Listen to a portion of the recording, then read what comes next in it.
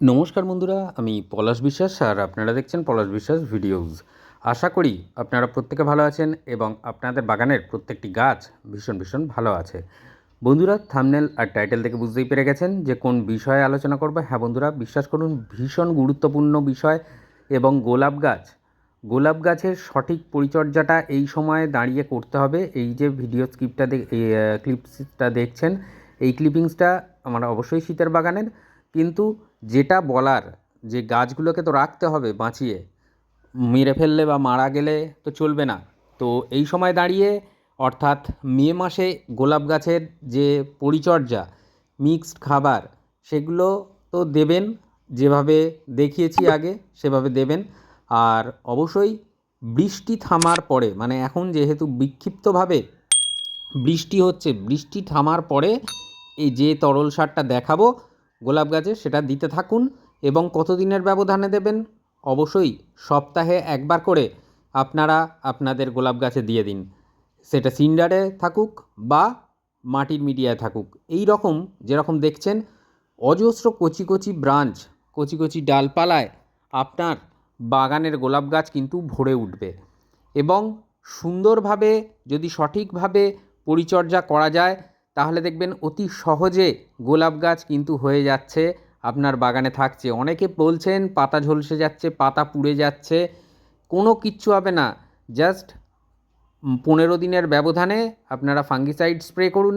এই মে মাসে দাঁড়িয়ে কথা বলছি গোলাপ গাছের পরিচর্যার। আর ঠিক প্রতিদিন দুবেলা অন্তত সাধারণ জল স্প্রে করে স্নান করিয়ে দিন গোলাপ গাছগুলোকে। ব্যাস, এই জিনিসটা মাথায় রাখতে পারলেই আপনাদের কিন্তু অর্ধেক কাজ শেষ হয়ে যাবে। আর বৃষ্টি থামার পরে যে কাজটা করতে বলবো সেই কাজটা করবেন। দেখুন, এটা আমার সিন্ডারে বসানো গোলাপ গাছ। সিন্ডার বা ঘেঁষেতে বসানো গোলাপ গাছেও কিন্তু সুন্দর যেমন কচি ডাল এসছে, এরকম আপনার বাগানের গোলাপ গাছও ডালে ডালে ভরে যাবে। প্রত্যেকটা গাছ দেখুন চকচকে সবুজ পাতা, তার সাথে সাথে নতুন নতুন কুশি ছাড়ছে, সাইড থেকে অজস্র ব্রাঞ্চ আসছে।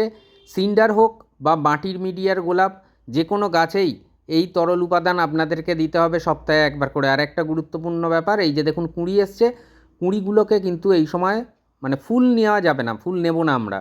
এই ফুল দিতে গেলে গাছ অনেক এনার্জি ব্যয় করে ফেলে এবং গাছের যে গ্রোথ সেটা কিন্তু থমকে যাবে। তাই ঠিক এইভাবে যেভাবে দেখালাম এইভাবে পিঞ্চ করে করে গোলাপের কুঁড়িগুলোকে কেটে ফেলবেন। তাহলেই দেখবেন সাইড থেকে অজস্র ডালপালা, নতুন নতুন ডালপালা আপনি কিন্তু পেয়ে যাচ্ছেন আপনার স্বাদের গোলাপ গাছটি থেকে। আমি যে আবারও বলছি যে সিন্ডার হোক বা মাটির গোলাপ, মানে মাটিতে বলতে টবের মাটিতে বসানো বা টবের সিন্ডারে বসানো যে কোনো গোলাপ গাছেই কিন্তু এই পরিচর্যা আপনারা করতে পারবেন। এছাড়া যাদের জমিতেও গাছ আছে তারাও কিন্তু এই তরলটা অবশ্যই দিতে পারেন।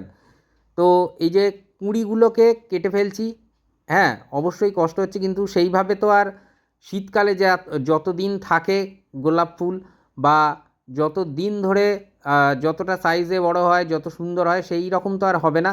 এটা আমার মাটির গোলাপ গাছ, দেখুন কতগুলো কুঁড়ি এসছে এই একটা গোলাপেই।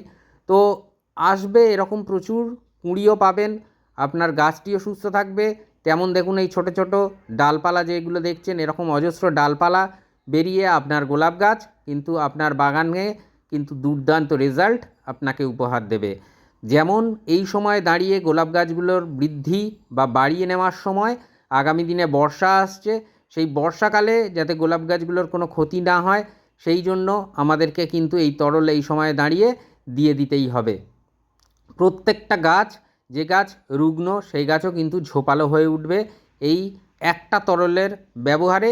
এবং যে জিনিসগুলো তারপর পাতায় স্প্রে করতে বলবো সেই জিনিসগুলো যদি পাতায় স্প্রে করেন তাহলেও দেখবেন খুব সুন্দর রেজাল্ট পাচ্ছেন। দেখুন একটা ফুল ফুটে গেছিলো। তো এরকম কোনো ফুল, কোনো কুঁড়ি, কোনো কিছুই রাখা চলবে না আমাদের বাগানের গোলাপ গাছগুলিতে। তো চলুন দেখি যে কিভাবে তরল সার আমরা বানিয়ে নেব। 1 লিটার একটা সাধারণ মানে জল 1 লিটারের কন্টেনারে নিয়েছি বোঝার সুবিধার্থে। তো এই কন্টেনারে আমরা যে জল নেব বা যে জল নেব সেটা যদি ক্লোরিন ফ্লুরিন মুক্ত হতে হবে, অর্থাৎ যদি আমরা মানে ট্যাপ ওয়াটারের জল ব্যবহার করি তাহলে কিন্তু আমাদের 24 ঘন্টা উন্মুক্ত রেখে তবেই ব্যবহার করতে হবে। দেখুন 1 টেবিল চামচের মতন আমরা নিয়ে নেব ক্যালসিয়াম নাইট্রেট। ক্যালসিয়াম নাইট্রেট করবে কি, ক্যালসিয়াম এবং নাইট্রোজেনের সংমিশ্রণ আমরা জানি এটা। তো ক্যালসিয়াম যেমন গাছের কাণ্ড বা গাছের স্বাস্থ্য এগুলোকে ভালো করবে, কাণ্ডগুলোকে মানে শক্তিশালী করবে, তেমন কিন্তু ক্যালসিয়াম এটা কাজ করবে। আর তার পাশাপাশি নাইট্রোজেন গাছের বৃদ্ধি ঘটাবে, এটা স্বাভাবিক বিষয়। আর এটা দেখছেন যে 2 টাকা দামের কফি পাউচ, এটা মিশিয়ে দিতে হবে। এটার কারণটা আমি বলছি, প্রত্যেকটা গাছ দেখবেন অম্লযুক্ত মাটি পছন্দ করে বা আম্লিক মাটি পছন্দ করে, এবং টবের মিডিয়া হিসাবে আমাদের কিন্তু এই তরল প্রদান করতে হবে। যেহেতু টবের মিডিয়া বলতে মানে টবের সাইজ অনুযায়ী আমাদের এই তরল প্রদান করতে হবে। কতটা প্রদান করতে হবে সেটা বলে দিচ্ছি। টব মানে মাটির টবে থাকলে আমি বলেছি সপ্তাহে একবার করে প্রত্যেকটা টবে দেওয়ার কথা। তো সেই ক্ষেত্রে আপনারা যদি, আমার ওখানে একটু সমস্যা হয়ে গেছে যে সপ্তাহে একবার করে আপনারা দেবেন, যেগুলো সিন্ডারে আছে গাছ যাদের টবে, আর যাদের মাটিতে আছে তারা 10 দিনের ব্যবধানে এই তরল ব্যবহার করবেন এই মে মাস জুড়ে।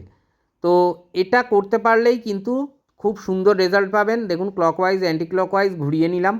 তো মাটিটা অম্ল থাকলে প্রত্যেকটা গাছই অম্ল মাটি পছন্দ করে বা আম্লিক মাটি পছন্দ করে। তো এই যে অনুষ্ঠান বাড়িতে জল খাওয়ার জন্য যে গ্লাস দেওয়া হয় 200 ml মতন তরল এতে ধরে, 200 থেকে 250। এই মাপেই আপনারা 8 বা 10 ইঞ্চি টবে দেবেন বা 12 ইঞ্চি টবে দেবেন, এই 1 গ্লাস করে। এটা আমার দেখছেন এটা 12 ইঞ্চি গ্লাস টবে আছে। তো এই রকম টবের জন্য মোটামুটি 1 গ্লাস পরিমাণে আপনাদেরকে দিয়ে দিতে হবে। আর টবের আগাছা অবশ্যই মানে মানে সরিয়ে রাখবেন, টবের যেন আগাছা মুক্ত টব থাকে এটা মাথায় রাখতে হবে। আর তার পাশাপাশি যেটা বলবো, গাছে ফোলিয়ার স্প্রে কিছু করার কথা বলবো, সেগুলো করবেন। দেখুন প্রত্যেকটা টবেই কিন্তু দিচ্ছি, সিন্ডারের হোক বা আপনার যদি মাটির টব হয় সেটাতেও হোক, যেভাবে বললাম পরিমাণ দেবেন। এবারে গাছে পাতায় স্প্রে কী করবেন, এনপিকে। এই সময় ব্যালেন্সড এনপিকে অর্থাৎ 19-19-19 বা 20-20-20 সপ্তাহে একবার করে গাছের পাতায় স্প্রে করে দিতে হবে। টবের মিডিয়ায়ও চাইলে দিয়ে দিতে পারেন। আর তারপরে যে জিনিসটা দেখছেন, এটা কিন্তু একদিক থেকে পিজিআর মানে প্ল্যান্ট গ্রোথের কাজ করে থাকে, প্লাস এর মধ্যে মাইক্রোনিউট্রিয়েন্ট আছে এবং কিছুটা পরিমাণে কীটনাশকের কাজও করে থাকে এই এইচপিএম কোম্পানি সুপার সোনাটা। তো গোলাপ গাছের জন্য ভীষণ ভালো, অ্যামাইনো অ্যাসিড সমৃদ্ধ এই মাইক্রোনিউট্রিয়েন্ট বলা যেতে পারে, বা প্ল্যান্ট গ্রোথ রেগুলেটরও বলা যায় অনেক ক্ষেত্রে। তো যাই হোক, যেটাই হোক না কেন, যারা ব্যবহার করতে চান করতে পারেন। আমি কোনো বিজ্ঞাপন করছি না, আমি বাগানে ব্যবহার করি, রেজাল্ট ভালো পাই, তাই আপনাদেরকে দেখাচ্ছি বা বলছি। 1 লিটার জলে 1.5 ml এর মতন নেবেন, নিয়ে আপনারা গাছে স্প্রে করে দেবেন, এটা 15 দিন ছাড়া ছাড়া। এই কাজটা করতে পারলে আপনার গাছ কিন্তু সম্পূর্ণ খাবার দাবার পাবে। যেমন টবের মাটিতে মিক্সড খাবার দেওয়া হয়, যে আমি মে মাসের পরিচর্যা দেখিয়েছি, তো সেই রকম কিন্তু আপনারা এটাকে গাছের পাতায়ও স্প্রে করতে পারেন। কারণ মিক্সড খাবারের মধ্যে মূলত এনপিকে অর্থাৎ নাইট্রোজেন, ফসফেট, পটাশ জাতীয় খাবার থাকে, কিন্তু এর মধ্যে আয়রন, জিঙ্ক, ম্যাগনেসিয়াম ইত্যাদি ইত্যাদি আরও জাতীয় মাইক্রোনিউট্রিয়েন্ট সমৃদ্ধ যে কোনো মাইক্রোনিউট্রিয়েন্টও ব্যবহার করতে পারেন। আমি যে সুপার সোনাটা বলছি এটাই করতে হবে এমনটা নয়, যে কোনো মাইক্রোনিউট্রিয়েন্ট বা অনুখাদ্য একটা গাছের পাতায় স্প্রে করতে হবে যেভাবে বললাম। এছাড়া আপনারা 10 দিনের ব্যবধানে কীটনাশক ব্যবহার করতে পারেন। সেক্ষেত্রে কাকা বা যে কোনো মাকড়নাশক একটা রাখতে হবে, সেটা ওমাইট হতে পারে বা থিটা হতে পারে বা কাকা হতে পারে, যে কোনো একটা মাকড়নাশক রাখতে পারেন।